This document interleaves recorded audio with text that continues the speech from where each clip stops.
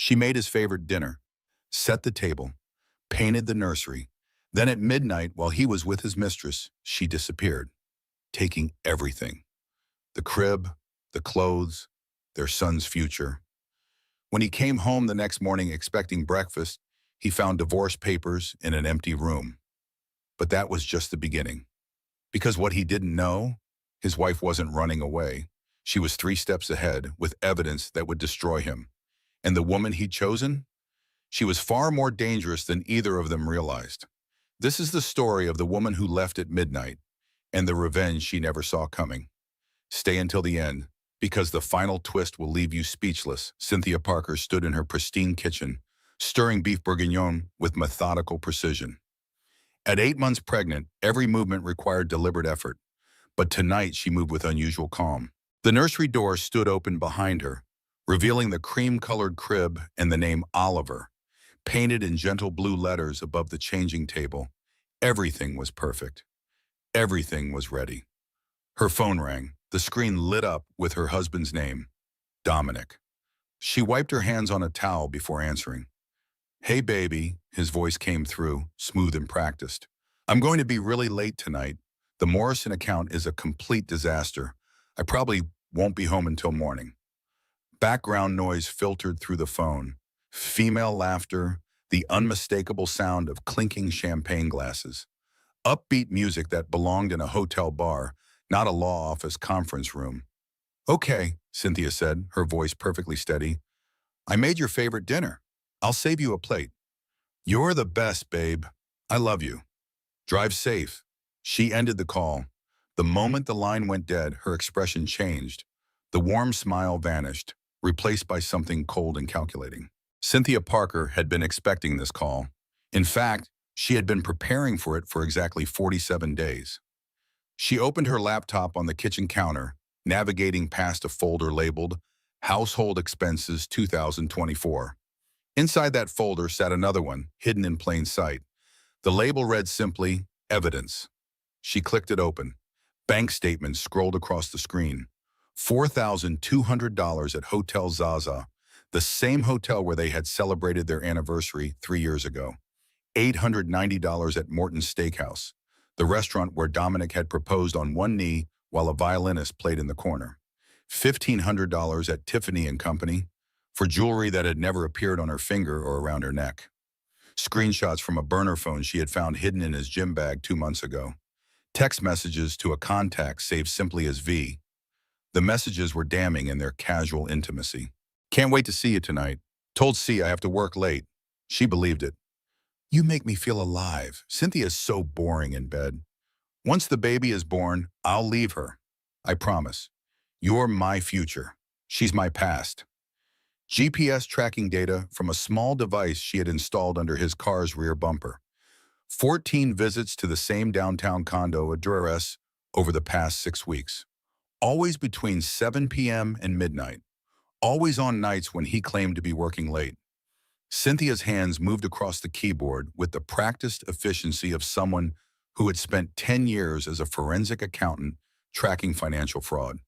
Now she was tracking something far more personal. A memory surfaced unbidden. 6 months ago, the company Christmas party. Dominic's firm had rented out the ballroom at the Four Seasons. Cynthia had been 3 months pregnant, just starting to show, wearing a green dress that Dominic had said made her look radiant.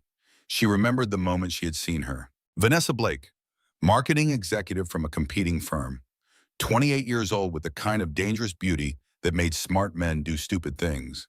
She had approached them at the bar, all white teeth and practiced charm. "Dominic Parker, I've heard so much about you, and you must be the wife."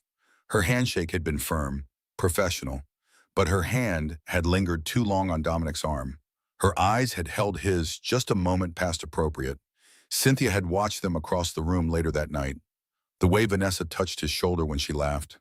The way Dominic leaned in when she spoke. The way they moved together like magnets drawn to their opposite poles. She had known that night. She just needed proof. Now she had it. Cynthia reached for her phone and dialed a number she had saved under R. Torres Attorney. The woman answered on the first ring. "Is it time?" "He's with her right now," Cynthia said quietly. "Execute phase 1. I'll file the emergency freeze at 6 a.m. when the courts open, Rebecca Torres replied, her voice sharp with focus.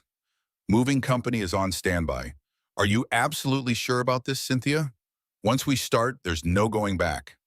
Cynthia looked around her kitchen, the home she had loved for 3 years, the throw pillow she had chosen, the family photos on the mantel, the small dent in the hallway wall where Dominic had bumped a piece of furniture on moving day.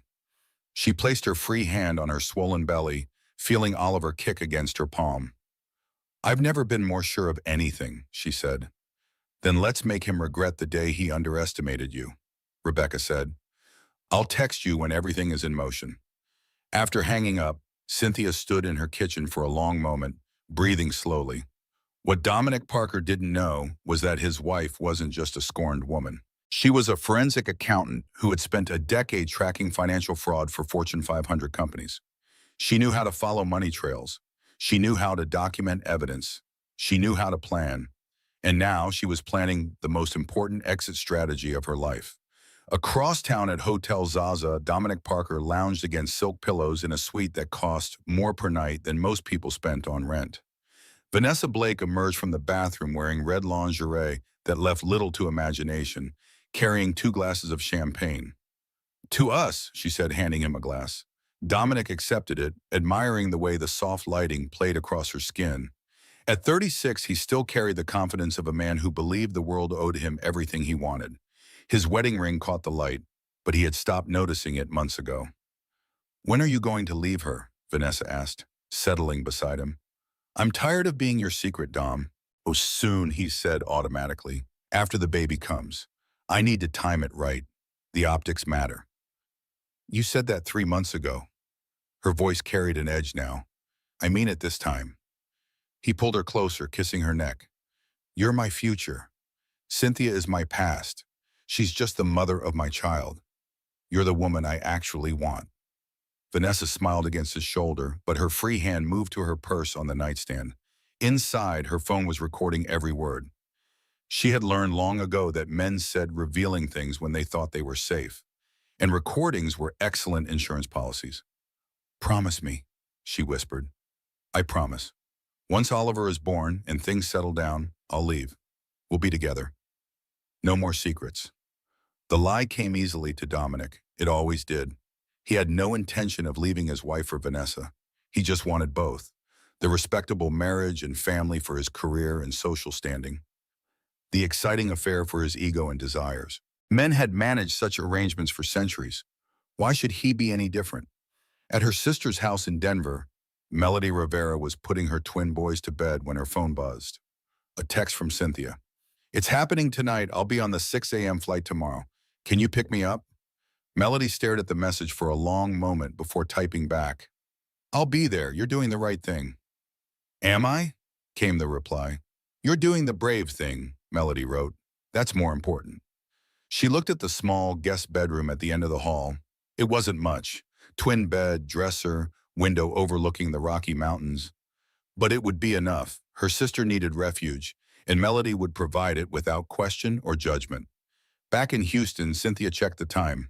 8:15 p.m. She picked up her phone and made another call. Atlas Moving and Storage, a tired voice answered. This is Cynthia Parker. I'm ready for you to come now. Yes, ma'am. We'll be there in 30 minutes. Cynthia walked through her house, methodically turning on every light. She wanted to see it all clearly one last time. Every corner, every memory, every broken promise embedded in these walls. She paused at the nursery door. Tomorrow this room would be empty. Tomorrow she would be gone. Tomorrow Dominic would come home to silence and discover that his wife had been 3 steps ahead of him all along. Cynthia placed both hands on her belly, feeling Oliver's movements. It's going to be okay, sweet boy, she whispered. Mama's going to make sure we're both okay. I promise. At 8:45, a white moving truck pulled quietly into her driveway. 3 men in company uniforms approached the door with the efficiency of people who had done this type of emergency move before. The owner of Atlas Moving, a woman named Sandra, had specialized in helping women leave dangerous situations. When Rebecca Torres had called with a referral, Sandra had cleared her schedule. Where do we start? Sandra asked quietly. Cynthia led them to the nursery. Everything. I want it all gone. Pack it into the storage pod. I'll arrange shipping to Denver next week. The men worked quickly and professionally. The crib came apart in sections. The dresser, the changing table, the rocking chair where Cynthia had imagined nursing her son while reading bedtime stories. Tiny clothes were packed into boxes. Books and toys disappeared into protective wrapping. Within 90 minutes, the nursery was empty except for the blue walls and the name painted above where the crib had stood. Cynthia walked to the window and placed a single ultrasound photo on the sill. The image showed Oliver's profile at 20 weeks, crystal clear and perfect. She positioned it deliberately, knowing Dominic would see it, a reminder of what he had thrown away. At 10:47 p.m., Cynthia packed her own suitcase. She moved through her closet with careful selection. Important documents went in first: birth certificate, social security card, passport. Her laptop with the evidence folder. Her grandmother's jewelry, legally hers, worth approximately $30,000 if she needed to sell it. 3 changes of clothes, ultrasound photos. Her wedding album that she would later burn in her sister's fireplace. At 11:23 p.m., she carried the divorce papers to the kitchen counter. Her attorney had filed them electronically at 4:47 that afternoon. By 6 a.m. tomorrow, when the courts opened, the emergency freeze on their joint accounts would be active. Dominic would wake up to find his financial life disrupted and his wife vanished. She placed her wedding ring on top of the papers. The 3-carat diamond caught the overhead light, throwing tiny rainbows across the granite countertop. She had loved this ring once. Now it represented nothing but expensive lies. She pulled out a note card and wrote in her careful handwriting, "You made your choice. I made mine. Don't look for us." At 11:58 p.m., Cynthia Parker walked through her house one final time. She turned off every light, watching the rooms disappear into darkness behind her. She locked the front door and heard the deadbolt click into place with a sound that felt final. A black sedan waited at the curb. The driver, arranged by Rebecca, nodded respectfully as Cynthia slid into the back seat with her single suitcase. "Airport Hotel," he confirmed. "Yes, the Marriott near Bush Intercontinental." As the car pulled away, Cynthia didn't look back at the house. There was nothing behind her worth seeing anymore. At 12:47 a.m., she checked into her hotel room. The space was generic and impersonal. Beige walls, standard furniture, the faint smell of industrial cleaning products. She lay on the bed fully clothed, both hands resting on her belly. "It's going to be okay, Oliver," she whispered to her unborn son. "Mama's going to make sure we're okay." She didn't cry. Not yet. There would be time for tears later. Tonight was about survival and strategy. Tonight was about becoming the woman she needed to be to protect her child. Her phone buzzed. A text from Rebecca. "Freeze is filed. Moving company confirmed storage pod is secured. Your flight leaves in 6 hours. Try to sleep." Cynthia set her alarm and closed her eyes. Tomorrow, Dominic would discover that underestimating her had been the biggest mistake of his life. Dominic Parker's BMW pulled into his driveway at 8:47 a.m., tires crunching on gravel still damp from the morning sprinklers. He was whistling a tuneless melody, riding the high of a night spent in luxury and pleasure. 2 Starbucks cups sat in the console, one for him and one for Cynthia. His guilt coffee, though he would never call it that out loud. The house looked exactly as it always did from the outside. 2-story colonial, pristine lawn, flower beds that Cynthia maintained with careful attention. Everything normal, everything fine. He unlocked the front door and stepped inside, expecting the familiar smell of breakfast. Cynthia always made coffee by 7 a.m. Usually she was cooking something by this hour. Scrambled eggs, toast, the domestic routine that had become background noise to his life. The house was silent. "Cynthia?" he called, setting the coffee cups on the hall table. "Babe, you feeling okay?" No answer. He walked into the kitchen. No coffee brewing, no dishes in the sink. The beef bourguignon sat cold on the stove, congealed and uneaten. Something twisted in his stomach, an unfamiliar sensation that felt almost like fear. "Cynthia!" Louder this time. "Baby keeping you up? You still in bed?" He took the stairs 2 at a time. Their bedroom door stood open. The bed was made with hospital corners, exactly the way Cynthia made it every morning.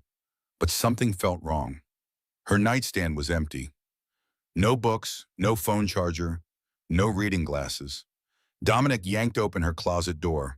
Half her clothes were gone. Not all of them, just enough to be noticeable. Her favorite jeans, the sweaters she wore constantly, the maternity dresses she had bought for work. No, no, no, no, no, he muttered, checking the bathroom. Her toothbrush was gone, her makeup bag, the prenatal vitamins that usually sat by the sink. He ran down the hall to the nursery. His hands shook as he gripped the doorknob. The door swung open to reveal complete devastation. The room was empty, blue walls still painted carefully, the name Oliver still visible above where the crib had stood. But the furniture was gone. Everything was gone. Indentations in the carpet showed where the crib and dresser had sat for months. The closet doors hung open to reveal nothing but bare hangers. On the windowsill sat a single ultrasound photo. Oliver's profile at 20 weeks, detailed and perfect. Dominic's coffee cup fell from his hand. It hit the hardwood floor and shattered, sending dark liquids spreading across the boards like blood. "Cynthia!" The scream tore from his throat. He ran through the house like a madman.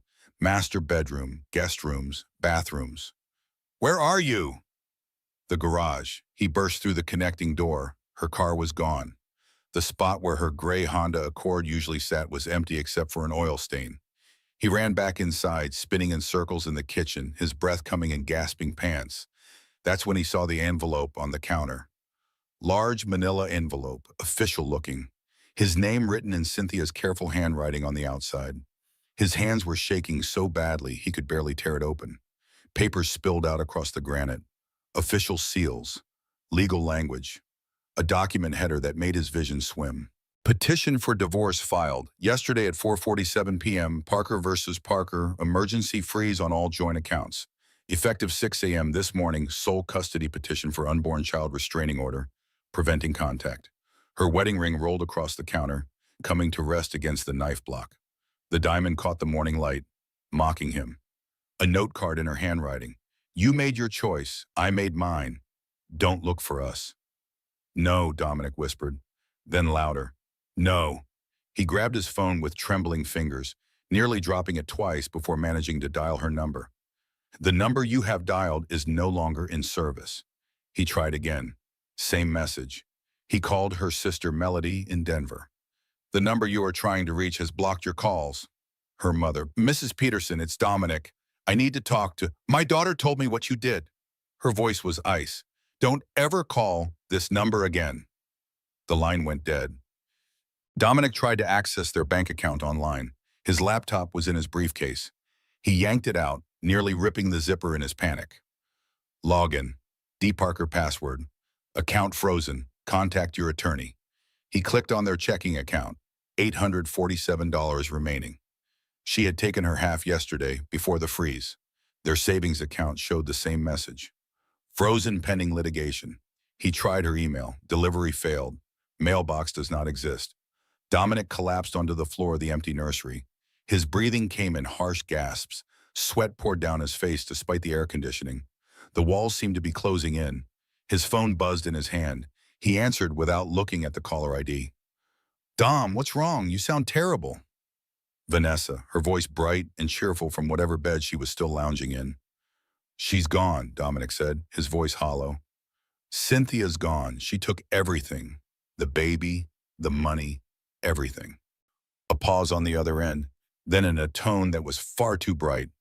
"So you're free now? That's good news, right? Come back to the hotel. We'll celebrate. We can finally be together." Dominic's blood ran cold.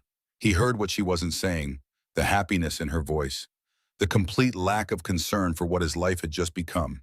He had destroyed his marriage for a woman who viewed his devastation as a victory. "I have to go," he said numbly. "Dom, wait." He ended the call. For a long moment, Dominic Parker sat on the floor of his son's empty nursery, surrounded by the ghost outlines of furniture that was no longer there. He stared at the ultrasound photo on the windowsill, Oliver's perfect profile, his son, his child, gone. In that moment, three realizations crashed over him with the force of a tidal wave. First, his wife had outplayed him completely. The evidence, the planning, the execution. She had been 3 steps ahead of him all along. Second, Vanessa Blake didn't care that his life had just imploded. She was happy about it. She had never loved him. He had been a conquest, a trophy, a means to an end. Third, he had destroyed everything that mattered for a woman who had never wanted him at all. She had wanted what he represented: status, money, the thrill of stealing another woman's husband. He pulled out his phone and opened Facebook, needing to do something, anything. He stared at the blank status update box. And then Dominic Parker did what narcissists do when cornered. He went on the offensive. His fingers moved across the screen rapidly, typing out a post that would change everything. I don't usually share personal matters publicly, but I'm desperate. My wife Cynthia left me 2 weeks ago. He paused. Changed it. My wife Cynthia left me this morning. She's 9 months pregnant with our son, and I have no idea where she is. Yes, I made a mistake. I had an affair. I'm not proud of it. But I'm begging her, if you're reading this, please come home. Our son deserves both parents. I'll do anything to make this right. Cynthia, I love you. Please. He added hashtags without thinking. Save our family, pray for us, broken husband. He hit post. Within 5 minutes, 3 friends had shared it. Within an hour, 50 people. Within 4 hours, the post had been shared 6,847 times. Comments flooded in. She abandoned you while pregnant? That's so cruel. One mistake doesn't justify destroying a family. Classic woman takes the money and runs. Praying for you, Dominic. God forgives, she should too.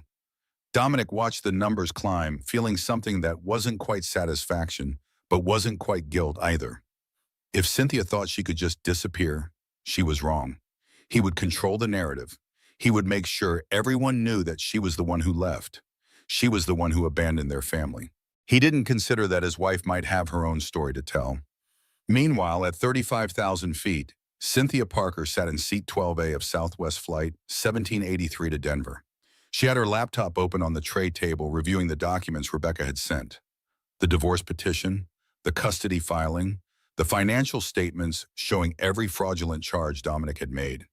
The woman next to her, elderly and kind-looking, noticed the pregnancy and smiled. When are you due, dear? 3 weeks, Cynthia said quietly. First baby? Yes. Is your husband excited? Cynthia looked out the window at the clouds below. I don't have a husband anymore. The woman's smile faded. Oh, honey, I'm so sorry. Don't be, Cynthia said, turning back to her laptop. It was the best decision I ever made. She didn't tell the stranger that below them, somewhere in Houston, her husband was probably just now discovering what she had done. She didn't tell her that a carefully planned trap was already springing closed around the man who had promised to love her in sickness and in health. She simply reviewed her evidence folder one more time, making sure every detail was perfect. Because Cynthia Parker wasn't running away. She was strategically repositioning herself for the battle to come, and she had no intention of losing. 14 days later, Cynthia stood in Melody's spare bedroom, folding tiny baby clothes that had arrived from the storage pod. At 37 weeks pregnant, every movement felt deliberate and slow. The room was small but clean, with a twin bed, a dresser, and a window that overlooked the Rocky Mountains. Sunlight streamed through thin curtains, warming the hardwood floor. How are you feeling? Melody appeared in the doorway with a cup of herbal tea. Lighter, Cynthia said honestly, like I can finally breathe. Have you checked your phone today? I deleted all social media. New number. New email. He can't find me. Good. Melody set the tea on the dresser. You don't need that toxicity. But even as Cynthia organized Oliver's future wardrobe, 1,500 miles away in Houston, Dominic Parker was sitting in a leather chair across from his attorney, Gerald Phillips, a man in his 60s who wore expensive suits and an expression of perpetual disappointment. She's got a strong case, Gerald said, reviewing the divorce petition. The evidence of infidelity is documented. The timeline is damning. Your burner phone text referenced client names, which is an ethics violation. I don't care about any of that, Dominic said, his jaw tight. I want my son. File for emergency custody. Gerald removed his reading glasses. On what grounds? You cheated on your pregnant wife? She abandoned the marital home. She's a flight risk. She could be anywhere. I have no way to verify she's receiving proper prenatal care. For all I know, she's putting my son at risk. Dominic, this is going to get ugly. Dominic's face hardened into something cold and determined. Make it as ugly as she made my life. In Denver, Cynthia's new doctor smiled warmly at her during a prenatal checkup.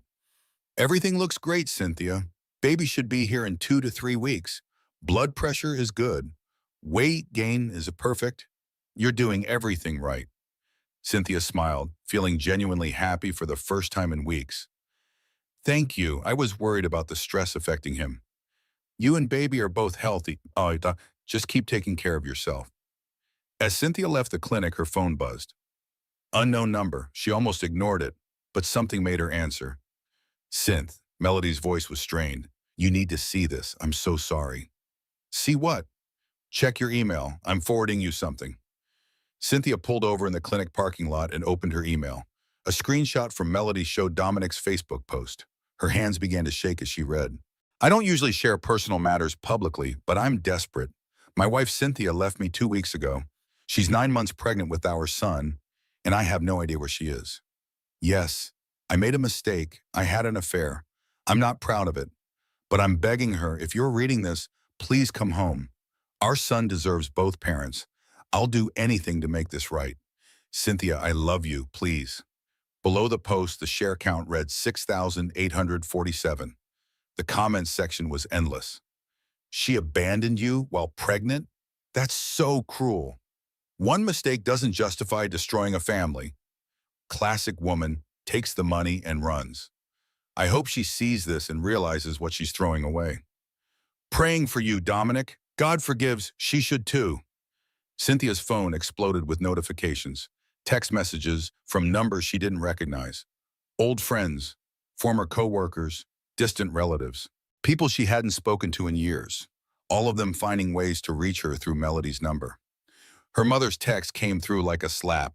Cynthia Marie, what have you done? That man is begging for forgiveness and you won't even talk to him? I didn't raise you to be cruel. An email from her former best friend, Jennifer. I always knew you were cold, but this, leaving while pregnant, you're disgusting. A Facebook message from Dominic's mother, Patricia, that somehow found its way to Melody's account. You've humiliated my son publicly. Our family has a reputation in this city. I will make sure you regret this. Cynthia's fingers fumbled as she tried to respond to her mother's text. Mom, you don't understand what he did. Before she could hit send, another text from her mother appeared. Don't bother explaining. I saw his post. He made one mistake. You're making it permanent. You're being selfish. As Cynthia sat in her car in the parking lot, hands trembling so badly she could barely hold her phone. They all thought she was the villain. Dominic had crafted a narrative where he was the repentant husband and she was the heartless wife who abandoned her family over a single mistake. Melody found her 20 minutes later, still sitting in the car, staring at her phone. Synth, Melody pulled open the door. Come on, let's go home. They all think I'm the villain, Cynthia said, her voice hollow. He's making himself the victim and everyone believes him. Screw them. The truth will come out. Cynthia looked at her sister with red-rimmed eyes. What if it doesn't? What if his version is the one everyone believes? Then we fight back, Melody said firmly. But first we get you home and safe. You're on bed rest starting now. Your blood pressure is going to spike if you keep reading those comments. 2 days later, Cynthia was on mandatory bed rest in Melody's guest room when the doorbell rang. Melody was at work. The twins were at school. Cynthia was alone. She shouldn't have answered the door, but she was expecting a package of supplies Rebecca had sent. A FedEx driver stood on the porch with a large manila envelope. No return address, just her name in typed letters. Back on the couch, Cynthia opened the envelope with shaking hands. 8 by 10 glossy photographs spilled onto her lap. The first photo showed Vanessa in Cynthia's kitchen, wearing Cynthia's apron, cooking breakfast at Cynthia's stove. The second showed Vanessa in the living room, feet propped on Cynthia's coffee table, drinking from Cynthia's favorite mug, the one that said, baby loading with a progress bar. The third showed Vanessa in the master bathroom, wearing Cynthia's white silk robe, the one Dominic had bought for their anniversary. The fourth showed Vanessa in the master bedroom, sitting on Cynthia's side of the bed, wearing Cynthia's nightgown. The fifth showed Vanessa and Dominic in the kitchen, kissing. He was wearing his wedding ring. The sixth was a close-up of Vanessa's hand on the nursery doorframe, looking into the empty room. She was smiling. A note was paper-clipped to the last photo. "Thanks for warming up the house for me, maiden. He upgraded. Don't worry, I'll take good care of him. Your bed is really comfortable, by the way. V." Cynthia's vision blurred. Sharp pain lanced through her abdomen. Contractions. She grabbed her phone with trembling fingers and dialed 911. 911, what's your emergency? "I'm 38 weeks pregnant, and I think I'm in labor. I'm alone." She gave them the address. The operator stayed on the line, her voice calm and professional, until the paramedics arrived 7 minutes later. At the hospital, the doctor examined her with gentle efficiency. "False alarm, Mrs. Parker. Braxton Hicks contractions triggered by extreme stress. But your blood pressure is dangerously high. Any more stress could put you and the baby at risk. You need complete bed rest. No phone, no computer, no stress of any kind."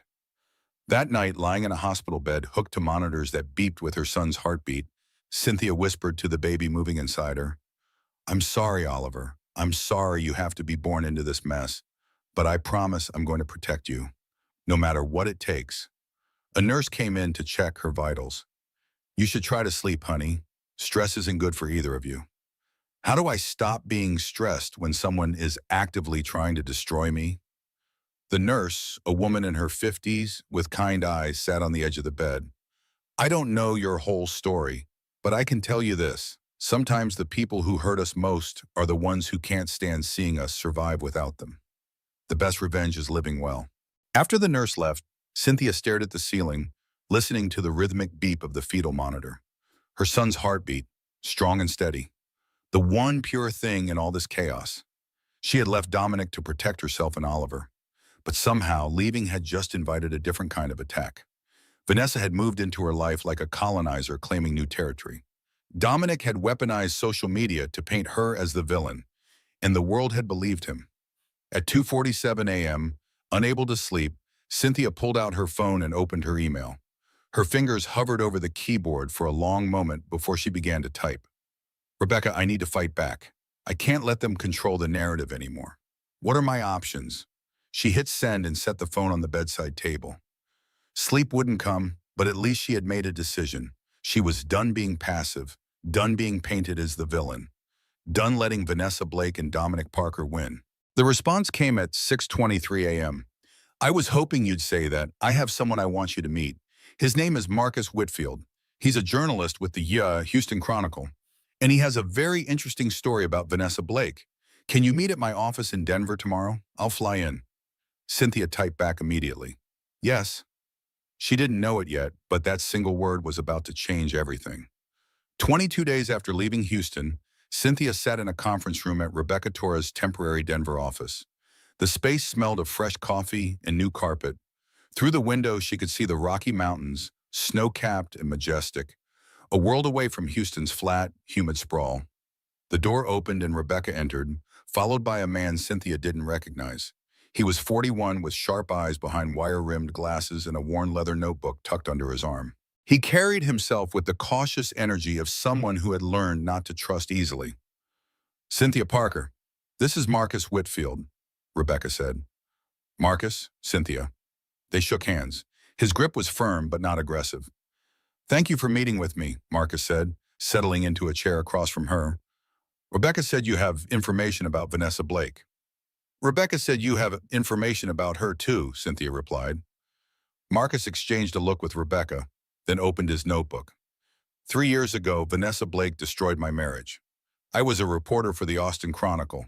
She was a marketing consultant at the newspaper. 27 years old, beautiful, seemed genuinely interested in my work. His voice was flat, reciting facts like a police report, but Cynthia could hear the pain underneath. She pursued me relentlessly. Late-night work sessions, accidental touches. She made me feel like I was the most fascinating person she'd ever met. I was married 12 years, 2 daughters, 8 and 10 at the time. I thought I was happy. He paused, staring at his notebook without seeing it. The affair lasted 6 months. I tried to end it multiple times. Each time she'd cry, beg me to give us a chance, say she loved me. I believed her. I was an idiot. You were manipulated, Cynthia said quietly. Marcus looked up, meeting her eyes. When I finally told her it was over for good, she showed me recordings. She had recorded every conversation we had had, every intimate moment, audio, video, everything. She threatened to send them to my wife, to my employer, to my daughter's school. Cynthia's breath caught. She blackmailed you. I paid her $50,000 to keep quiet, liquidated my retirement account. My wife found out anyway, divorced me. I lost custody of my daughters. They barely speak to me now. I'm so sorry. Don't be sorry, be angry. Marcus leaned forward. Because Vanessa Blake moved to Dallas a month after she got my money, then Houston 6 months ago. I've been tracking her for 3 years, documenting her pattern. She's done this 5 times that I can prove. Always the same method. Target married men in professional settings. Create emotional affair. Escalate to physical, record everything, extort money or resources when they try to leave. Rebecca pulled out a folder and spread documents across the table. Bank records, screenshots of threatening messages, police reports, medical records. Jennifer Todd, Phoenix, 2019. Her husband lost his medical practice paying Vanessa's blackmail, $75,000. Rachel Martinez, Dallas, 2020. $50,000 to prevent recordings being sent to her children. Susan Blackwell, Austin, 2021. Her husband attempted suicide after Vanessa threatened to destroy his career. He survived, but barely. Patricia Rogers, Houston, 2022. Her husband embezzled from his company to pay Vanessa $62,000. Cynthia stared at the documents, her mind reeling. Why hasn't anyone stopped her? Because men are ashamed, Marcus said bluntly. They don't want to admit they were manipulated by a woman. They pay her off and stay quiet. The wives are too busy dealing with the wreckage of their marriages to pursue criminal charges. And Vanessa is very, very good at covering her tracks. She never uses the same method twice. Never stays in one city long enough to establish a pattern. Until now. Rebecca leaned forward. Marcus is writing an expose for the Houston Chronicle, the woman who weaponizes infidelity. But he needs more victims willing to go on the record. He needs someone who will fight publicly. Marcus met Cynthia's eyes. Your husband's Facebook post went viral. Vanessa is moving into your house, posting on social media, building a public relationship with him. She's getting arrogant, sloppy.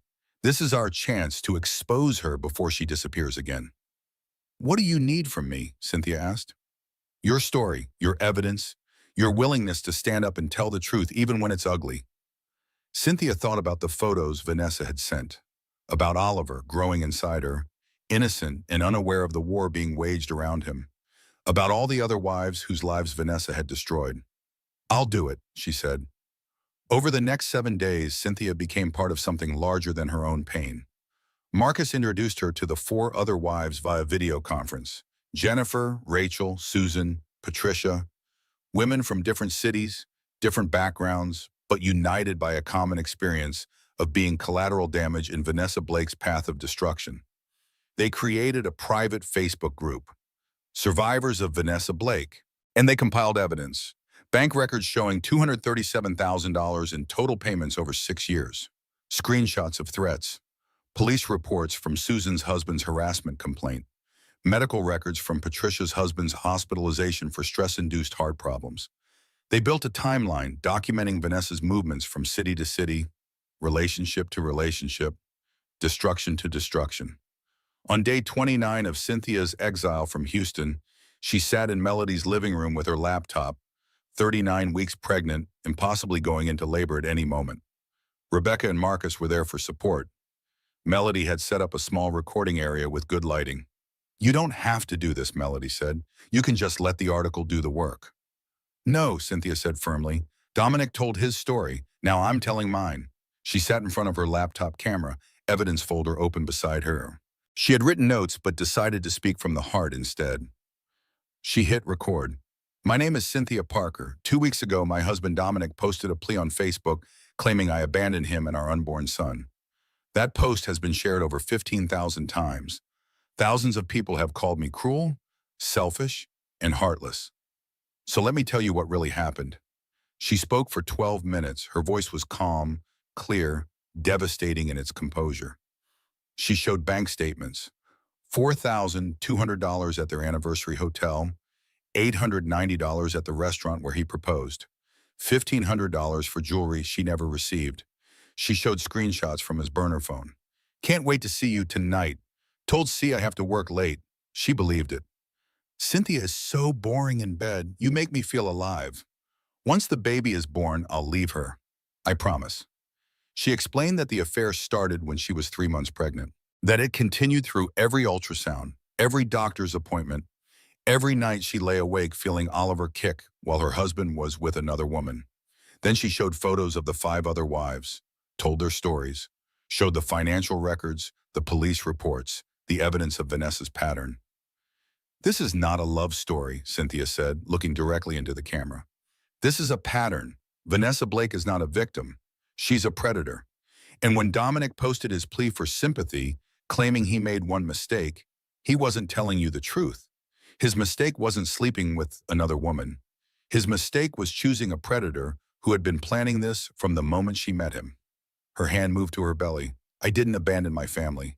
I protected my son from a man who chose his ego over his child, and I will never, for as long as I live, apologize for that.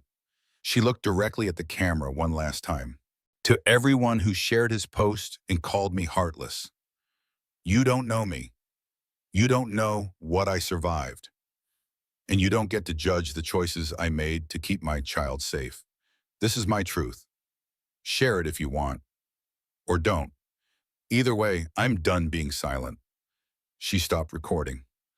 Marcus was nodding slowly. That's going to go nuclear. Good, Cynthia said. Rebecca posted the video simultaneously on YouTube and Facebook at 8 p.m. Mountain Time.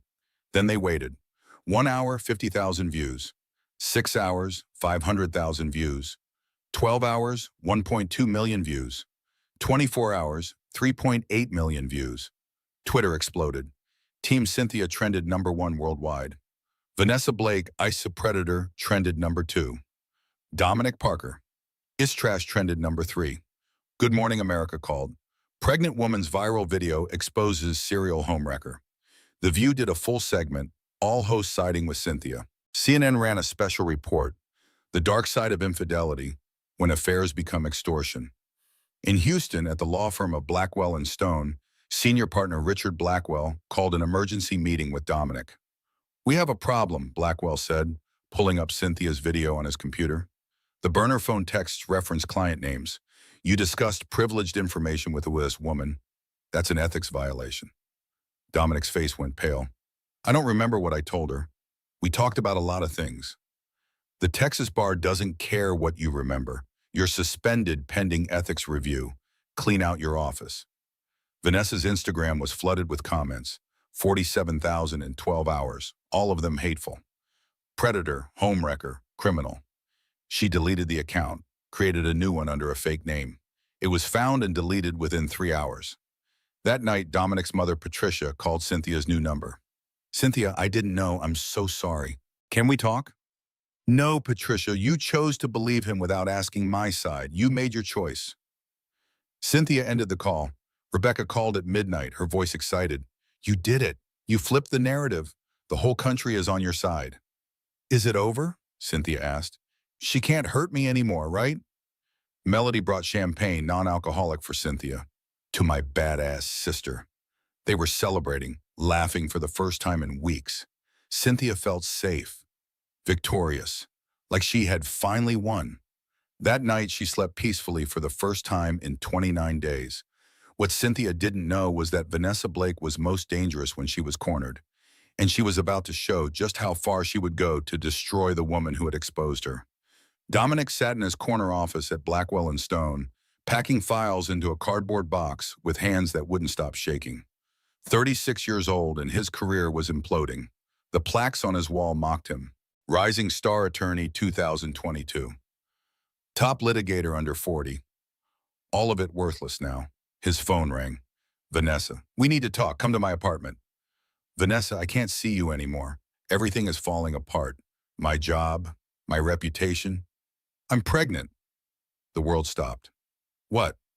12 weeks. It's yours. I'm keeping it. Dominic ended the call to his secretary, grabbed his jacket, and ran. 30 minutes later, he stood in Vanessa's apartment while she showed him a positive pregnancy test and an ultrasound photo. The image looked grainy, generic. He didn't know it came from a Google search, carefully printed to look authentic. A baby, he whispered. We're having a baby. Vanessa touched his face with manufactured tenderness. This is your second chance, Dom. You can be a good father this time. We can be a family. He was crying now, great heaving sobs. Cynthia will see. The world will see. I can be a good man. Vanessa smiled. She had won. What Dominic didn't see was her phone on the counter, recording everything. Insurance, always. 5 days later, on day 35 of Cynthia's new life, she was making breakfast in Melody's kitchen. 41 weeks pregnant now, overdue and uncomfortable. Oliver was taking his time deciding to make his entrance. A knock at the door made her jump. A man in a suit stood on the porch with a manila envelope. Cynthia Parker? Yes? You've been served. He handed her the envelope and walked away. Inside, Vanessa Blake versus Cynthia Parker, a $5 million defamation lawsuit. The claim stated that Cynthia's video contained false and defamatory statements that destroyed Vanessa's reputation, career prospects, and mental health. That Vanessa had received death threats, lost her job, and been unable to secure employment due to Cynthia's malicious lies. Cynthia called Rebecca immediately. This is frivolous, Rebecca said after reviewing the documents.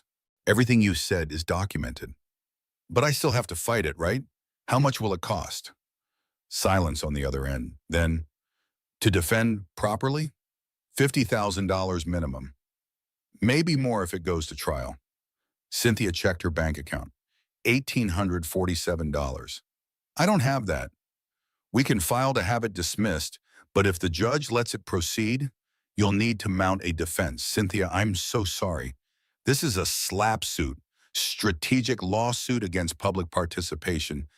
She's trying to silence you through financial intimidation. After hanging up, Cynthia sank onto the couch, both hands on her belly. I can't do this anymore, she whispered. I can't fight her and him and the legal system. She wins. She always wins. That afternoon, Cynthia went into real labor. Melody rushed her to the hospital as contractions came faster and harder. 12 hours of labor with only her sister by her side. No husband. No family beyond Melody, as her mother still wasn't speaking to her. No father for her child. At 2:47 a.m., Oliver James Parker entered the world. 7 pounds, 2 ounces, dark hair like his father's, perfect in every way. They placed him on Cynthia's chest and he cried, his face red with the indignity of being born. She looked at him and whispered, I'm so sorry. I'm sorry your daddy isn't here. I'm sorry I couldn't protect you from all of this. A nurse came with the birth certificate paperwork. Do you want to fill this out now? Cynthia looked at the line marked father's name. Her pen hovered. She wrote, Father unknown. Melody gasped. Synth, are you sure? He chose not to be here. He doesn't get to claim him now. On day 37 in her hospital recovery room while nursing Oliver, Rebecca called with bad news. The judge is allowing the defamation case to proceed. Trial is set for 6 months from now. Cynthia looked at her son, so small and innocent. Tell her she wins. I'll delete the video. I'll issue an apology. Whatever she wants. You don't mean that. I have a son to raise, Rebecca. I can't spend the next year in court. It's over. After ending the call, Cynthia held Oliver close and cried. She had fought so hard, planned so carefully, done everything right, and somehow she was still losing. The hospital room door opened. A nurse poked her head in. Mrs. Parker, your 2 o'clock appointment with the pediatrician is here. Cynthia had forgotten. Melody had scheduled Oliver's first checkup with a pediatrician in Denver, someone she trusted. Dr. Michael Harrison entered the room, and Cynthia's exhaustion temporarily lifted. He was 38, with kind eyes and the patient manner of someone who genuinely loved working with children. He examined Oliver with gentle efficiency. "He's beautiful," Michael said, checking Oliver's reflexes. "Perfect APGAR scores. You're doing a great job." "I don't feel like I'm doing a great job. I feel like I'm drowning." Michael handed Oliver back to her and sat down. "Melody told me a little about your situation when she made this appointment. I lost my wife 3 years ago. Cancer. So I know what it feels like to do everything alone." Cynthia found herself telling him everything.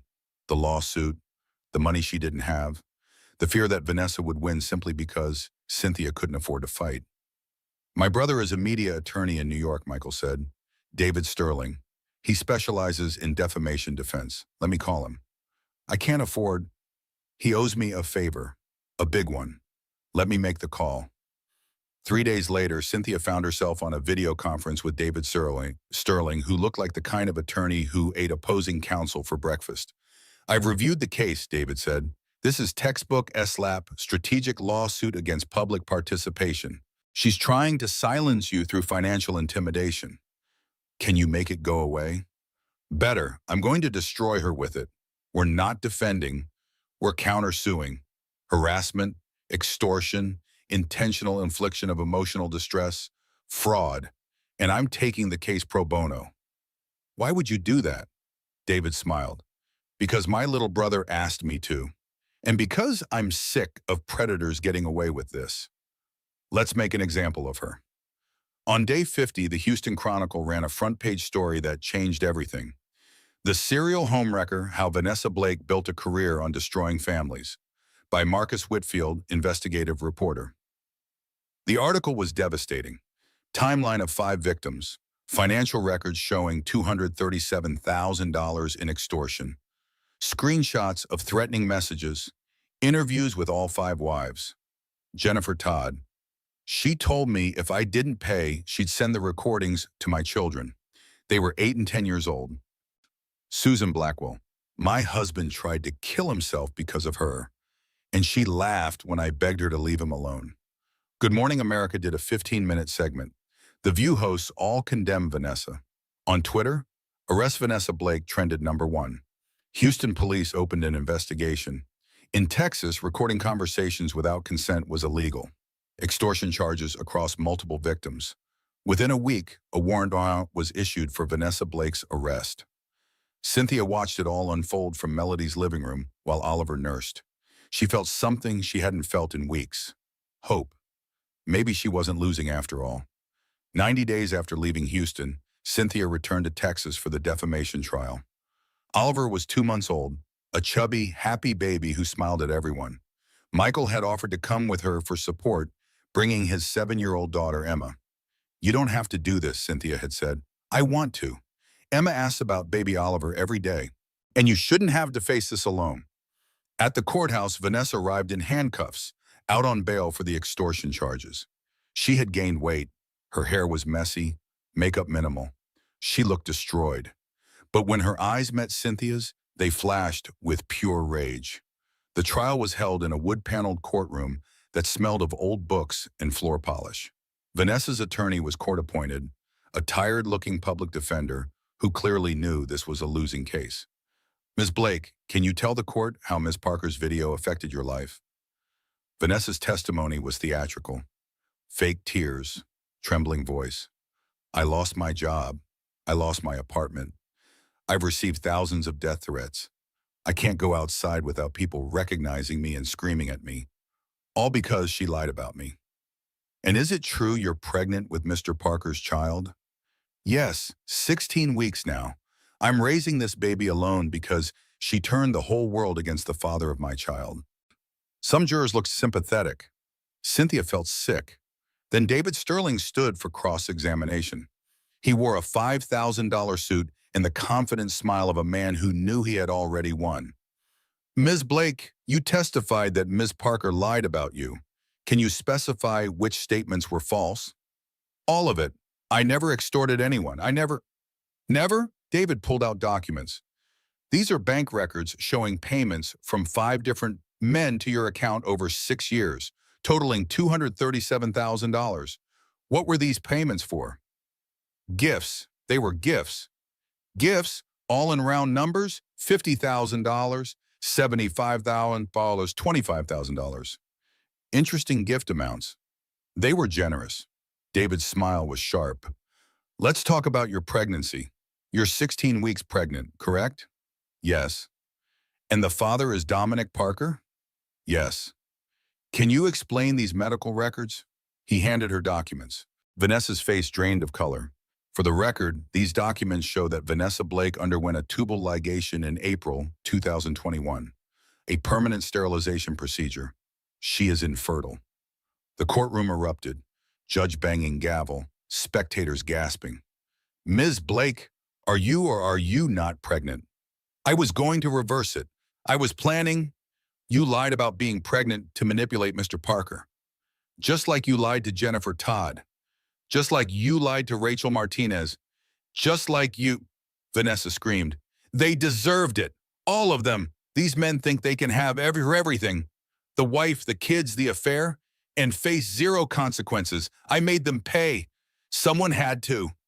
She had just confessed to extortion on the record. Bailiff, take her into custody, the judge said. As Vanessa was dragged out screaming, Cynthia felt something release in her chest. It was over. Finally over. After recess, David called Cynthia to the stand. She wore a simple blue dress, hair pulled back. Oliver was in the courtroom with Michael, sleeping peacefully in a carrier. Mrs. Parker, Ms. Blake's attorney suggested you were looking for an excuse to leave your marriage. Is that true? No, ma'am.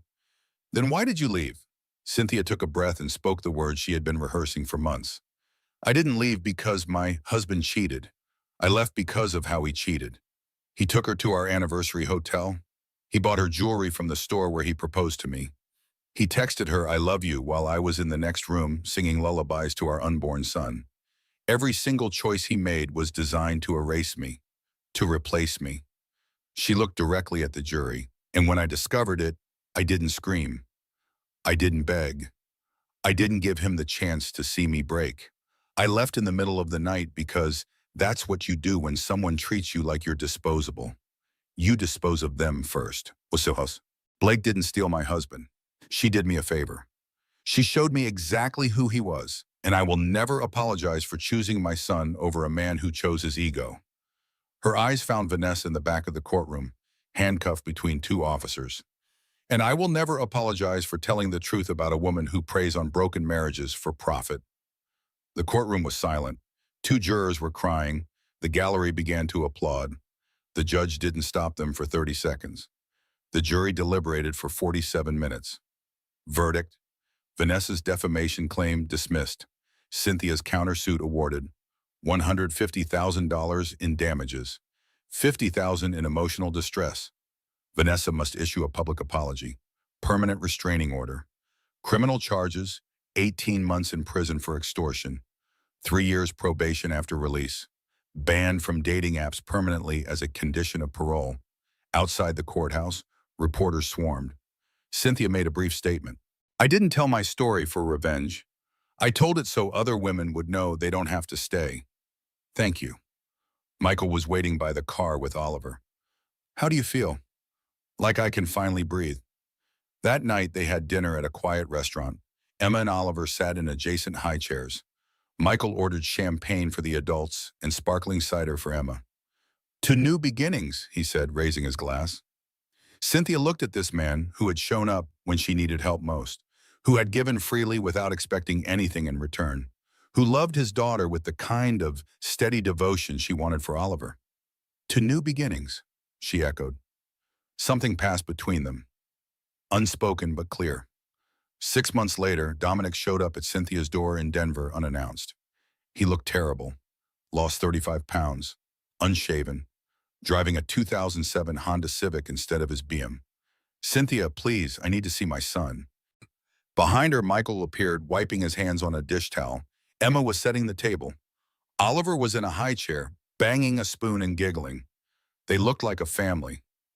Dominic's face crumbled. You moved on? You need to leave. You don't have a court order. I'm his father. Biology doesn't make you a father. Michael stepped forward, 6'2", calm but firm. You need to leave now or I'm calling the police. Oliver looked at this stranger with curiosity, then reached for Michael. Mikey! Mikey! Dominic watched his son choose another man and felt something die inside him. Cynthia stepped onto the porch alone with Dominic. I lost everything, he said. My couch, my house, my law license. I'm working as a paralegal making $40,000 a year. I live in a studio apartment. I have nothing. You lost those things because of your choices. One mistake. Don't I deserve forgiveness? You made 1,000 mistakes, Dominic. Every time you texted her, every time you lied, every time you chose her over me and our unborn son. Those weren't mistakes. Those were choices. Where were you when I gave birth? When he had his first fever? When he said his first word? What was it? Mama, and you weren't there to hear it. Dominic grabbed her arm. You can't keep him from me forever. The door flew open, Michael with his phone. I've got 911 on the line. Let go of her now. Police sirens in the distance. Dominic ran. Later, Michael asked if she was okay. I'm okay, thank you. He hugged her, gentle, respectful, supportive. Something had shifted between them over the months. What started as professional courtesy had become friendship, and friendship had become something more. I should go, Michael said. Or you could stay for dinner, Cynthia said. I mean, you already helped make it. He smiled. I'd like that. As they ate together, the four of them, Cynthia realized she wasn't rebuilding her old life. She was building something entirely new, something better. 1 year after leaving Houston, Cynthia stood in her own apartment in Denver, watching snow fall past the window. Oliver, now 15 months old, toddled across the living room with the determined focus of a tiny person on a mission. He grabbed onto the coffee table for support, then launched himself toward her with arms outstretched. Mama! His vocabulary had expanded to about 20 words, and Mama remained his favorite. She caught him, lifting him easily despite his growing weight. What are you after, mister? He pointed at the kitchen. Nana. You want a banana? Okay, let's get you a banana. The apartment was small but hers. 2 bedrooms, a kitchen with actual counter space, a living room with a view of the mountains. She had furnished it slowly, carefully, choosing each piece herself. No memories of Dominic here, no ghost of her old life, just her and Oliver, building something new. Her phone rang. Michael's name on the screen. Hey, she answered, wedging the phone between her shoulder and ear while cutting a banana into toddler-sized pieces. How's your morning? Oliver's terrorizing the furniture. The usual. How's yours? Emma has a piano recital at 2. I was wondering if you and Oliver wanted to come. No pressure, but she's been asking if you'll be there. Cynthia felt warmth spread through her chest. Over the past year, Michael had become a constant presence in their lives. Never pushing, never demanding, just consistently showing up. He brought dinner when she was too tired to cook. He babysat Oliver when she had evening classes for her nurse practitioner program. He fixed the leaky faucet in her bathroom and assembled the complicated bookshelf she'd bought from IKEA. And somewhere along the way, she had fallen in love with him. We'll be there, she said. Oliver loves watching Emma play. Great, I'll save you seats up front. After hanging up, Cynthia looked at Oliver, who was methodically smushing banana pieces onto his high chair tray. We're going to watch Emma play piano today. What do you think about that? Emmy! Oliver clapped his sticky hands together. That afternoon, sitting in the elementary school auditorium while Emma played a surprisingly complex piece by Mozart, Cynthia felt Michael's hand find hers. She laced their fingers together, feeling the rightness of it. Oliver sat on her lap, surprisingly still, mesmerized by the music and the sight of his favorite big kid on stage. After the recital, Emma ran up to them, still wearing her dress. Did you see? I didn't mess up the hard part. You were amazing, Cynthia said, hugging her. Can Oliver come to my birthday party next month, please? Michael and Cynthia exchanged a look. If your dad says it's okay, Cynthia said carefully. Of course it's okay, Michael said. You're already on the invitation list. They went for ice cream afterward. The four of them crowded into a booth at a local shop. Emma showed Oliver how to eat his cone without making a complete mess, though he mostly ignored her advice and got vanilla ice cream in his hair. How's school going? Michael asked Cynthia. Good. Exhausting, but good. I have my clinical rotations starting next month, 3 days a week at the hospital. I can watch Oliver on those days, bring him to the clinic. He can hang out in my office between patients. Michael, you don't have to. I want to. His eyes were serious. You know I want to. Emma was too busy helping Oliver eat his ice cream to notice the intensity of the moment between the adults. But Cynthia felt it, the unspoken question hanging in the air. What were they doing? What was this becoming?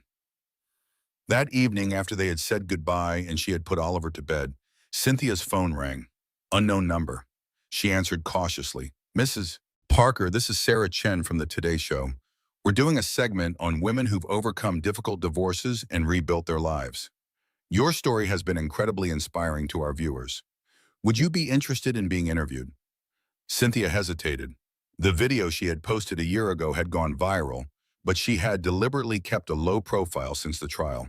She wanted to move forward, not constantly revisit her past. Can I think about it?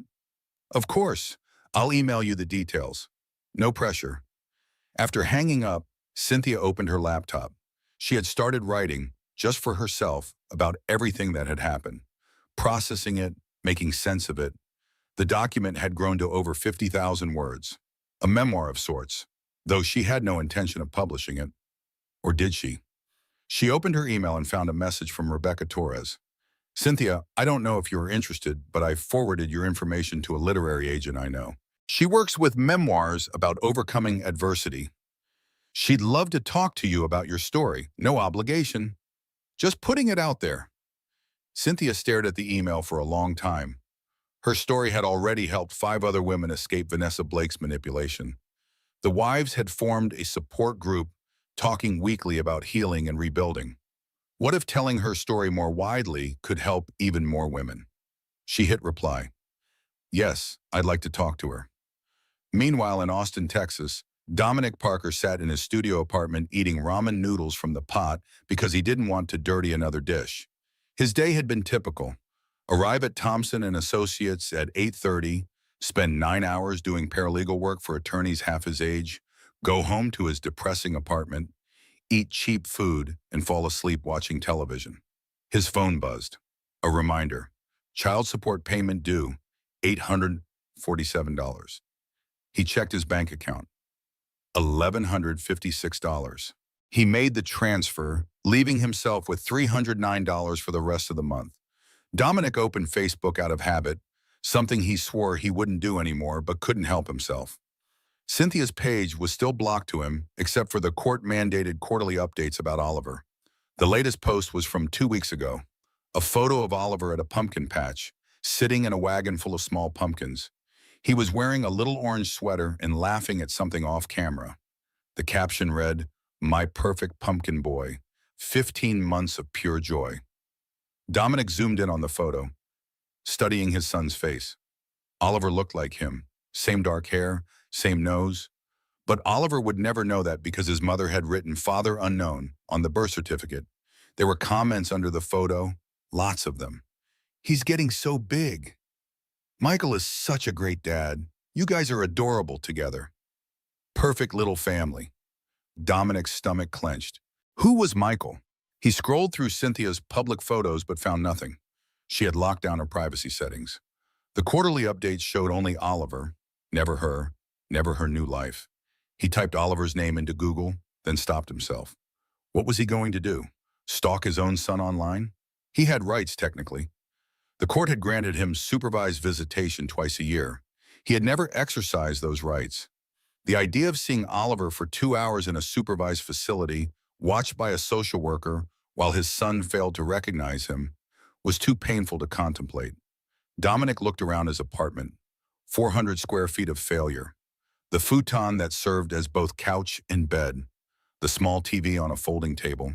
The kitchenette with a mini fridge and a hot plate. This was his life now. This was what his choices had bought him. He thought about Vanessa, currently serving her sentence in a women's correctional facility in Huntsville. She had written to him once, a rambling letter about how she loved him and how they could still be together when she got out. He had burned the letter without responding. His phone rang. His mother. Dominic, it's Thanksgiving next week. Are you coming home? I don't know, Mom. Your father would like to see you. You haven't been home in over a year. I'm working on the case schedule, he lied. He had nowhere to be on Thanksgiving. Thompson and Associates closed for the holiday.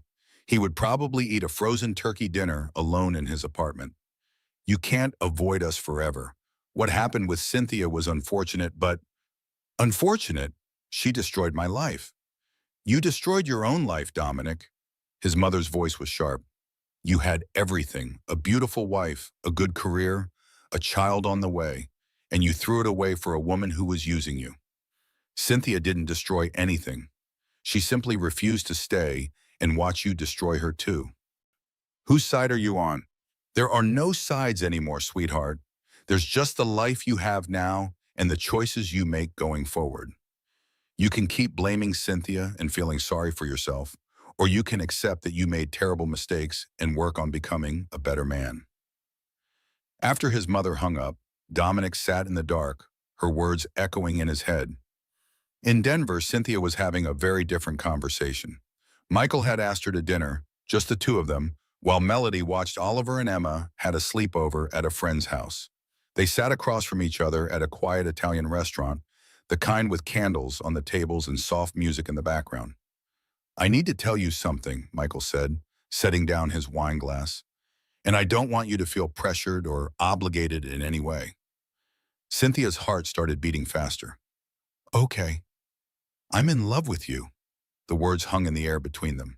I think I've been in love with you since that first pediatric appointment when you were so fiercely protective of Oliver, even though you were barely holding yourself together. I love how you put him first in everything. I love how you went back to school, even though it's hard. I love how you're rebuilding your life without apology or shame. He reached across the table and took her hand.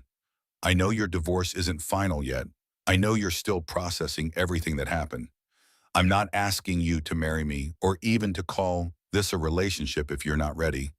I just needed you to know how I feel because Emma loves you and Oliver. And I love all three of you. And if there's any possibility that you might feel the same way, I wanted you to know I'm here. I'm not going anywhere. Cynthia felt tears streaming down her face. I do feel the same way, she said. I'm terrified of it because the last time I loved someone, he destroyed me. But Michael, when I'm with you, I feel safe. I feel seen. I feel like I can be exactly who I am, and that's enough. You're more than enough. He came around to her side of the table and pulled her up into a kiss that felt like coming home. 1 year later, Cynthia finished her final exams for her nurse practitioner program. She graduated top of her class. Michael and Emma and Oliver sat in the front row of the ceremony, cheering embarrassingly loud when her name was called. At the celebration dinner afterward, Michael pulled out a small box. I know I said I wasn't going to ask, he said, kneeling beside her chair, but that was before I realized I couldn't imagine my life without you in it. Marry me, Cynthia. Let me be Oliver's dad. Let's build this family together. Emma was bouncing in her seat. Say yes. Say yes. Oliver, now 2.5, parroted, say yes. Cynthia looked at this man who had shown her what real love looked like. Steady, patient, present. She looked at Emma, who had welcomed her and Oliver with open arms. She looked at her son, who called Michael Daddy Mike, and lit up whenever he walked in the room. Yes, she said, yes to all of it. 5 years after leaving Houston, Cynthia stood on the stage at TEDx Denver, looking out at an audience of 800 people. She was 37 now, wearing a professional dress she had picked out specifically for this moment. Her hair was styled. Her hands were steady. She looked like a woman who had won. 5 years ago, I was 32 years old, 8 months pregnant, and married to a man who was systematically replacing me with another woman, she began. The night I discovered his affair, I had two choices: stay and fight for a marriage that was already dead, or leave and fight for myself. I chose myself. The audience was silent, hanging on every word. I left with $1,200, a suitcase, and a baby I hadn't even met yet. I didn't know if I would survive. I didn't know if I was strong enough. But here's what I learned. Leaving wasn't about punishing him. It was about protecting me. Behind her, the screen showed a photo of her and Oliver hiking in the mountains, both of them smiling at the camera. Today, I'm a nurse practitioner. I have a son who's healthy and happy. I've written a book that's helped thousands of women find the courage to leave toxic situations. And I've learned that the best revenge isn't destroying the person who hurt you. She paused, letting the moment build.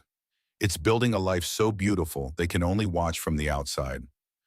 The standing ovation lasted 2 minutes. In the front row, Michael sat with Oliver, now 6, and Emma, now 13. Oliver was drawing in a notebook, creating elaborate pictures of dinosaurs and spaceships. When the applause died down, he looked up at his mother on stage and waved enthusiastically. Cynthia waved back, her heart full. After the talk, she did a book signing. Her memoir, The Woman Who Left at Midnight, How I Chose Myself, had been on the New York Times bestseller list for 32 weeks. The line of people waiting to have their book signed stretched through the lobby. A young woman approached, maybe 23, visibly pregnant, wedding ring on her finger. "Mrs. Harrison," she said using Cynthia's married name, "I need to tell you something. I found out my husband was cheating 2 weeks ago. I was going to stay. I was going to forgive him because that's what everyone said I should do, but then I read your book." She was crying now. "I left last night. I'm terrified.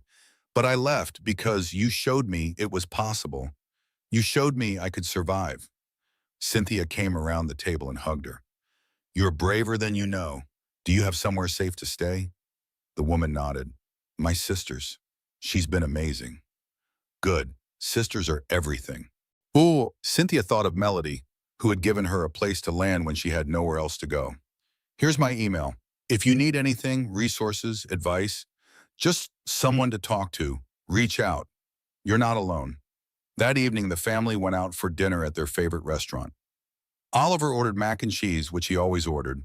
Emma got the salmon, trying to be sophisticated. Their baby brother Leo, now 3, insisted on chicken nuggets shaped like dinosaurs. Cynthia was 8 months pregnant with their second biological child, a daughter they were naming Grace. Her belly was huge, and she kept having to adjust in her chair to find a comfortable position. "You okay, Mom?" Emma asked. "Your sister is using my bladder as a trampoline, but otherwise I'm great." Michael reached over and squeezed her hand. "You were amazing today. That talk was perfect." "Thanks. It felt good to tell the story one more time, to remind people why I left." "Do you ever regret it?" Emma asked. "Leaving him, I mean." It was the first time Emma had asked directly. She had been young when Michael and Cynthia started dating, accepting the blended family situation with the resilience of childhood. But now, at 13, she was old enough to understand the complexity. "Never," Cynthia said honestly.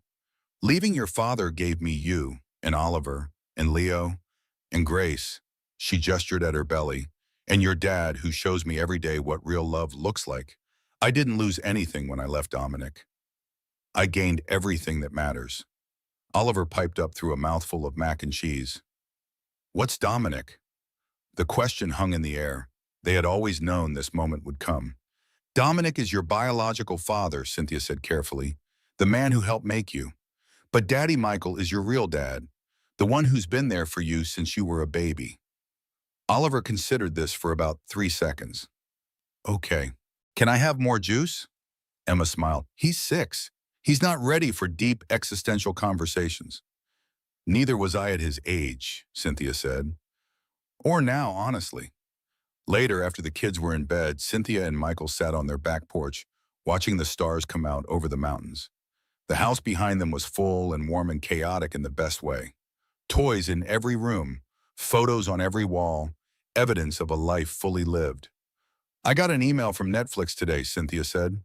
Michael turned to look at her. "The TV people? They want to option my book, turn it into a limited series." "That's incredible.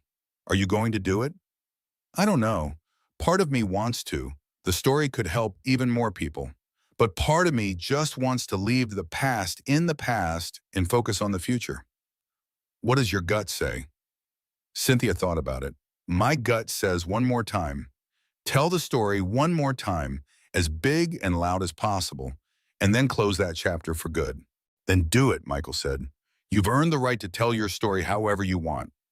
Meanwhile, in Phoenix, Arizona, Vanessa Blake sat in a cubicle at Tech Support Plus, answering phones under the name Victoria James. She was 33 now, 50 pounds heavier than she had been, wearing a cheap headset and business casual clothes from Target. Thank you for calling Tech Support Plus. This is Victoria speaking. How can I help you? The caller wanted help resetting a password. Vanessa walked them through the process with the practiced patience of someone who had done this thousands of times. During her break, she microwaved ramen in the break room and sat alone at a small table. Her coworkers had long ago figured out who she really was. Someone had Googled her name in the first week. Now they avoided her, not because they were afraid of her, but because associating with her was social suicide. She pulled out her phone and did what she did every day, even though she knew it was self-destructive. She Googled herself. The first page of results was all the same.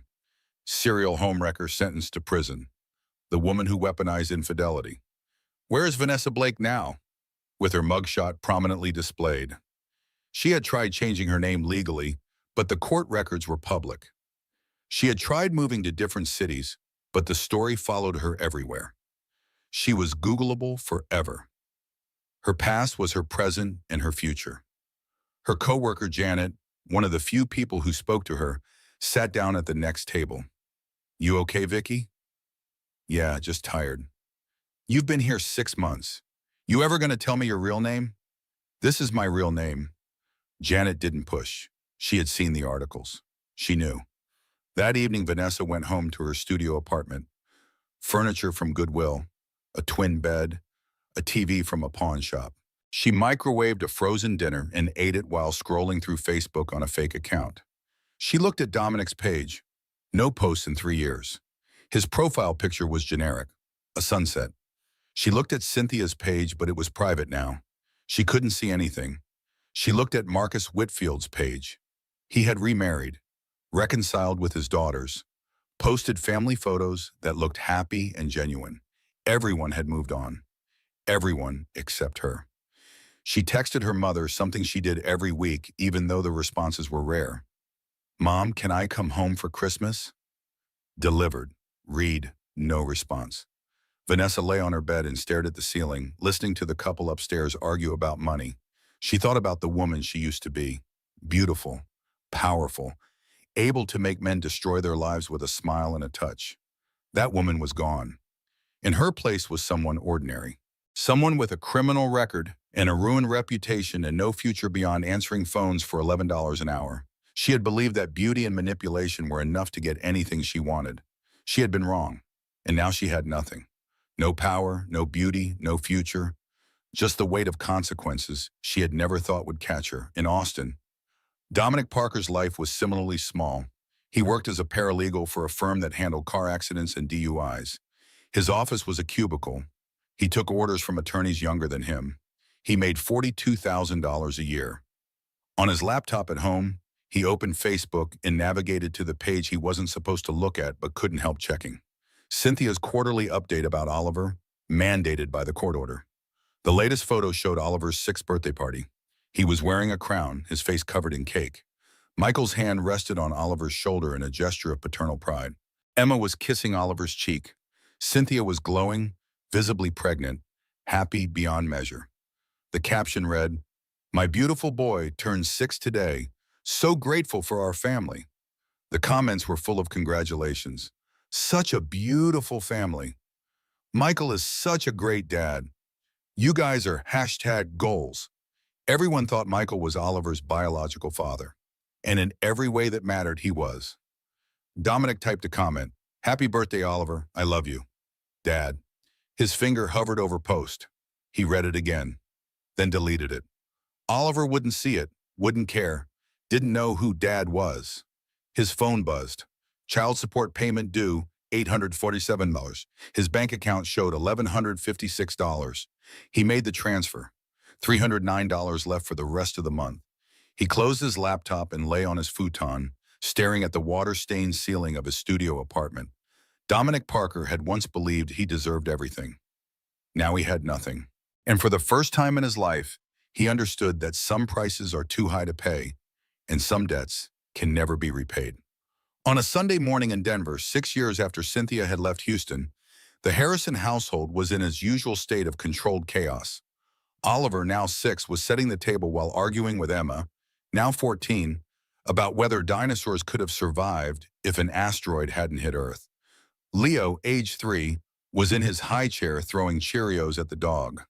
Baby Grace, 6 months old, was in her bassinet cooing at the ceiling fan. And Cynthia, 8 months pregnant with their third biological child together, was waddling around the kitchen trying to help Michael make pancakes.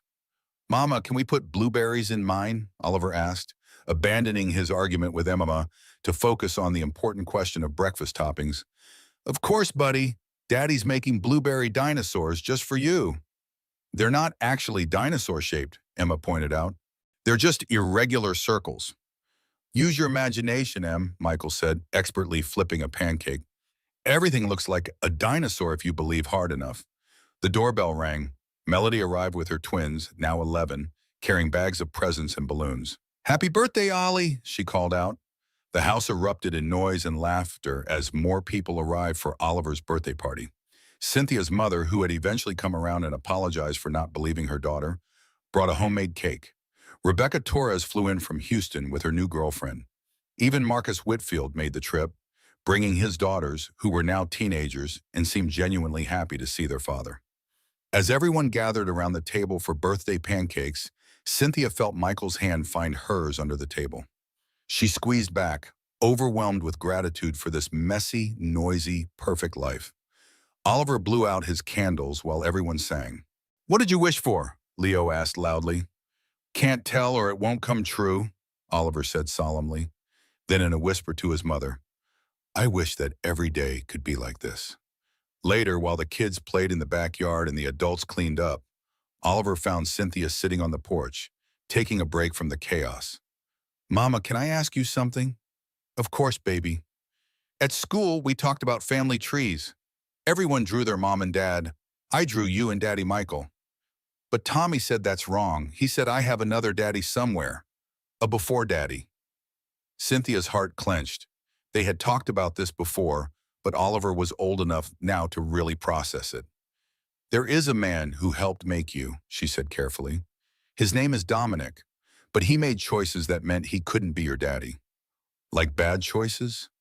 "Like selfish choices. He chose things that were more important to him than being your daddy." Oliver thought about this with the serious concentration only a 6-year-old could muster. "Does he ever think about me?" "I think he probably does. But thinking about someone and loving them are different things. Daddy Michael loves you every single day. He wakes up thinking about you. He goes to sleep thinking about you. He's been there for every important moment of your life. That's what makes someone a real dad." "Can I tell you a secret?" "Always." Oliver leaned in and whispered, "I'm glad you chose us. I'm glad we got to be a family." Cynthia pulled him into a hug, breathing in the smell of his hair, feeling his small heart beat against her chest. "Me too, baby. Me too." That afternoon, as the party wound down and kids played in the mountains of wrapping paper, Cynthia's phone buzzed with an email notification. From Netflix Productions, subject, "The Woman Who Left at Midnight." Production green light. She opened it with trembling hands. "Dear Mrs. Harrison, we're pleased to inform you that The Woman Who Left at Midnight has been greenlit for a 6-episode limited series. Production begins in spring. Attached is the contract." Michael saw her face. "Good news?" "Really good news." He read over her shoulder, then kissed her forehead. "You deserve every bit of it." "What's the good news?" Oliver appeared at her elbow, sticky from cake. "Mama's book is going to be a TV show." "Cool, can I be in it?" "We'll see, baby," Emma piped up from across the room. "You're going to be famous." "I'm already famous," Cynthia said, looking around at her family. "I'm famous for being your mama and wife. That's the only kind of famous that matters." As the sun set behind the mountains, the Harrison family piled into their minivan for a drive to the foothills. It was a tradition, sunset drives on special occasions. Oliver and Emma argued over music in the back seat. Leo sang nonsense songs. Grace slept through it all. Michael drove with one hand on the wheel and one on Cynthia's knee. Cynthia looked out the window at the mountains she had come to love and thought about the path that had brought her here. 6 years ago, she had been broken and pregnant and terrified, fleeing in the middle of the night with nothing but a suitcase and a desperate hope that she could survive. Now she had everything: a career she loved, children who were thriving, a husband who showed up every single day with patience and kindness and genuine love, A family built on truth instead of lies, on respect instead of control, on partnership instead of possession. People often asked if she regretted leaving that night, if she wished she had tried harder to save her marriage. The answer was always the same. She did save something that night. She saved herself. She saved her son. She saved her future. The best revenge isn't destroying the person who hurt you. It's building a life so beautiful, so full of love, that they become irrelevant. Cynthia Parker had done exactly that. She hadn't just survived Dominic Parker. She had thrived without him. And that, she thought, as her family drove into the sunset, arguing and laughing and being perfectly imperfect together, was the ending she chose. 3 years after Oliver's 6th birthday, Cynthia stood at the premiere of The Woman Who Left at Midnight, the Netflix series based on her memoir. At 40, she wore a green dress and held Michael's hand while photographers shouted for poses. Oliver, now 9, vibrated with excitement. Emma, 17, tried acting cool. Leo, 6, kept asking about popcorn. Michael held 3-year-old Grace. The series was devastating and beautiful. 6 episodes compressing her story into survival and triumph. The final scene showed the actress playing Cynthia with her son on a mountain overlook, delivering the lines she had written. Thinking about someone and loving them are different things. The people who show up, who stay, who choose you every single day, those are the people who matter. The theater erupted in applause. At the after party, women approached with tears. You gave me permission to choose myself. I'm filing for divorce tomorrow. Another said, you gave me hope that life could be good again. Marcus Whitfield found her near the bar. You started a movement that night, you walked away. Driving home, kids asleep in the back, Michael asked, how do you feel? Grateful and tired, but mostly grateful. In Austin, Dominic Parker watched the series alone in his 1-bedroom apartment. At 45, still a paralegal, still alone, still paying $847 monthly for a son who didn't know him. The empty nursery scene made his chest hurt. The actor's devastation was perfectly accurate. That's exactly how it had felt, like losing something he could never get back. When it ended, Dominic sat in darkness. He thought about reaching out to Cynthia, but knew sorry would never be enough. So he did what he'd done for 9 years, went to bed alone, knowing tomorrow wouldn't be different. In Phoenix, Vanessa Blake watched on her phone during lunch at the call center. At 38, overweight and unmemorable, she saw herself portrayed accurately as a calculating predator. The series ended with Cynthia's triumph. The house, husband, children, career. Everything Vanessa had wanted to steal. She realized she'd never wanted love. She wanted power. And power built on manipulation always crumbled. Vanessa finished her ramen and returned to answer phones for 4 more hours. This was what she had earned. Back in Denver, Cynthia's publisher emailed, the premiere pushed book sales through the roof. Another print run of 500,000 copies. More important were emails from women worldwide who found courage to leave toxic relationships. From shelters using her book as a resource. From therapists recommending it to struggling patients. That evening, tucking Oliver into bed, he asked, Mama, are you glad you left him? Every single day, because leaving him meant I got you and Daddy, Michael and Emma and Leo and Grace. She touched her pregnant belly where baby Thomas was doing gymnastics. I hope he sees how happy we are, Oliver said. I hope he knows we're okay without him. We're more than okay, baby. We're exactly where we're supposed to be. Michael waited in the hallway. Everything okay? Everything's perfect. Through baby monitor's orders, Grace sang herself to sleep. Leo talked to stuffed animals. Emma laughed on the phone with her girlfriend. This was her life. Messy, chaotic, absolutely perfect. 3 months later, Cynthia delivered Thomas at 38 weeks. Michael stood beside her, just as he had for Leo and Grace. Oliver held his baby brother with surprising gentleness. Hi, Tommy. I'm going to teach you about dinosaurs and space and all the important stuff. One afternoon at the clinic, a pregnant woman came in with a black eye poorly covered with makeup. After the examination, Cynthia closed the door. I know he did that. I left when I was 8 months pregnant with $1,200 in a suitcase. I was terrified. But I left because staying would have destroyed us both. She showed photos of her family. This is my life now. There is happiness after surviving. The woman cried. How? Cynthia handed her a card. The woman who left foundation. We help women leave safely. Call them. Tell them I sent you. 3 weeks later, an email arrived. You gave me a card. I called. I left. My baby girl is safe. Thank you for showing me leaving was possible. You saved us. This was why she told her story. So women would know that leaving, surviving, and thriving were all possible. On Oliver's 9th birthday, the family gathered around their fire pit. Emma made s'mores. Leo discussed planets. Grace held tea parties. Michael helped kids perfect their marshmallow technique. Cynthia held baby Thomas and watched with a full heart. A decade ago, she had been someone's possession. Now she was someone's wife, mother, inspiration, hero. Most importantly, she was herself. Fully, completely, unapologetically herself. The woman who left at midnight had become the woman who taught others to leave, who proved surviving wasn't enough, who showed thriving was possible. As stars emerged over Denver and children laughed around the fire, Cynthia thought about women still trapped where she had been. She wanted them to know, you always have options. The door is never as locked as you think. On the other side of leaving is a life waiting for you to be brave enough to claim it. Not the fairy tale where the man changes, but the real story where the woman changes, saves herself, and builds something better than anything she lost. Cynthia Parker Harrison's story was complete, beautiful, and hers.